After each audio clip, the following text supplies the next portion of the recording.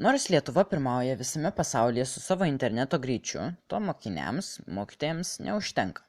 Apklaustieji norėjo greitesnio interneto internetinėms pratyboms atlikti, greitesniam susisiekimui elektroniniu paštu arba greitesniam žinių pasiekimui. Paklausus, kaip būtų galima greitinti internetą, pasiūlymai buvo: 1. Interneto skleidėjams susivienyti, 2. Įsigyti kelis routerius ir prisijungti prie interneto su kuo mažiau prietaisų. Atsakymas, kurio laukiau, bet negavau, buvo internete paieškoti sprendimo, nes visi žinome, kad internetas, nors ir lėtas, vis tiek visagalis. Neseniai reklamoje mačiau mašiną varomą mobiliuoju internetu ir norėjau išsiaiškinti, ar tai būtų praktiška, ką apie tai mano mokiniai, mokytojai. Iš mokinių pusės gavau gan didelį palaikymą.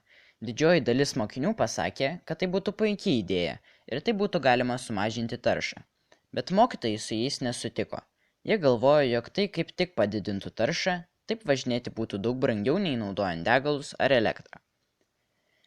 Viską sudėjus, mokiniams greitesnis interneto ryšys labai praverstų darant namų darbus, o mokytojams būtų lengviau susisiekti su mokiniais, kurie negalėjo dėl tam tikrų priežasčių atvykti į mokyklą.